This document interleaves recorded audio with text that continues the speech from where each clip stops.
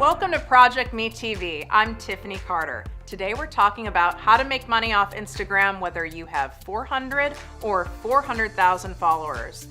That's right, you don't need a ton of followers to make money off the gram, guys. Okay, I know people who have even 100 followers who are making thousands of dollars. It is more about the quality over the quantity of followers. I also work with people who you would think are like influencer status, who have 600,000 plus followers and are broke as a joke. One, because they aren't doing the right things in order to make money off of that large following. But two is they have a lot of bots and like look-see-loos, meaning not true customers who really want to engage in the brand and buy from you. So any day, all day, I would take 1,000 true, genuine potential customers that are following me over even 100,000 random people that follow me because of my eyebrows or they just like cool pics. Do you see what I'm saying?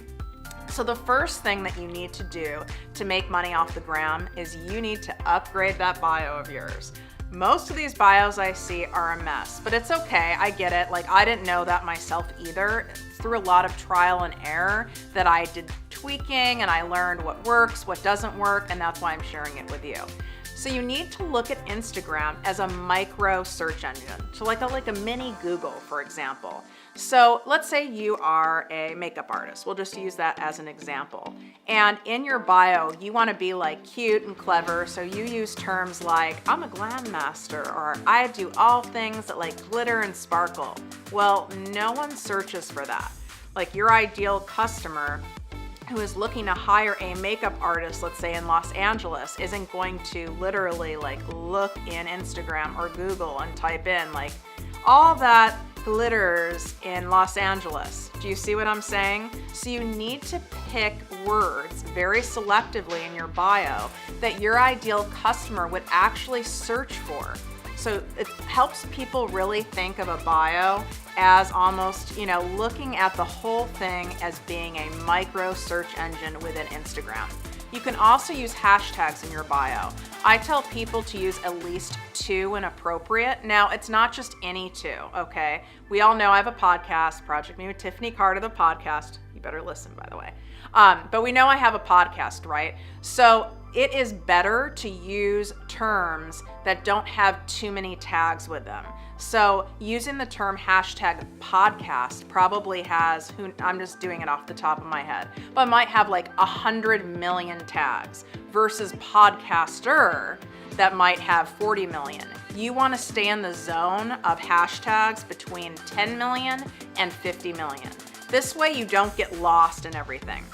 So if we go back to that like makeup artist example, I'm sure like if you put in maybe even like the word beauty, for example, that might even have like several 100 million.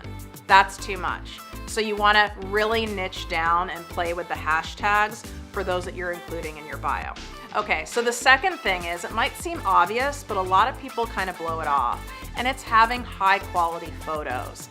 You want to make sure the photos are light, bright, fun, interesting, engaging, that there's a mix of photos, if it's a personal brand, like photos of you, photos of humans, photos of your products, photos of your work, landscape, animals. You want to have a variety, but they need to be high quality. I'm not telling you to go out and like go hire a photographer if that's not in your budget. If it is, definitely do it.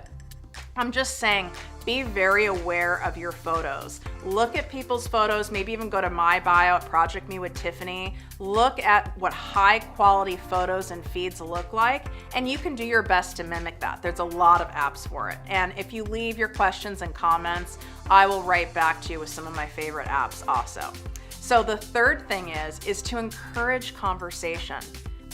You guys, social media is meant to be social. It's a two-way conversation. So if we're just doing posts that just like say something, but don't encourage people to ask questions, or you're not asking them a question, encouraging an answer, now it's just a one-way conversation. You might as well be talking to yourself.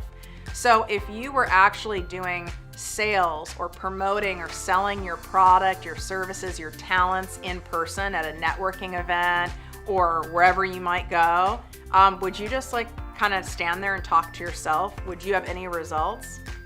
No, you wouldn't.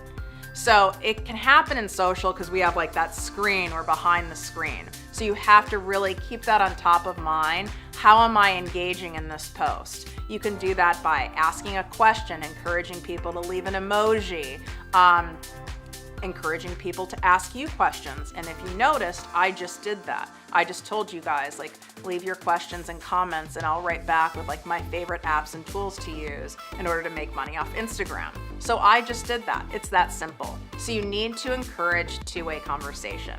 And the final tip I want to give you is my 70-30 rule, okay? If you over promote in Instagram, in fact, any social media platform, it's a turnoff. It's gross. You won't feel good about it. The other person who is like looking through your feed won't feel good about it. So 70% of the time, you're giving. You're being of service, you're giving, whether that means in the form of information, entertainment, teaching, whatever it is, quotes, you are giving 70% of the time. The other 30% of the time that you're peppering in, you definitely can sell your product. You can sell something, even if that something doesn't have a monetary exchange. Like for example, in that 30% also includes me encouraging you guys to go check out my podcast, Project Me with Tiffany Carter, subscribe and download, right? It's not gonna cost you anything to do that, but I'm asking you for something. So only do that 30% of the time. That's the ratio that I've noticed that works, and believe me, we have tweaked and refined that over time. So that's really the magic trick. If these tips helped you guys out today, please let me know in comments. And like I've already said, please also put your questions in comments. This is designed to help you and to bring you to the next level and get your Instagram game going and make you some of that cash. So leave me your questions. I'm happy to answer them. And thanks so much for watching this episode.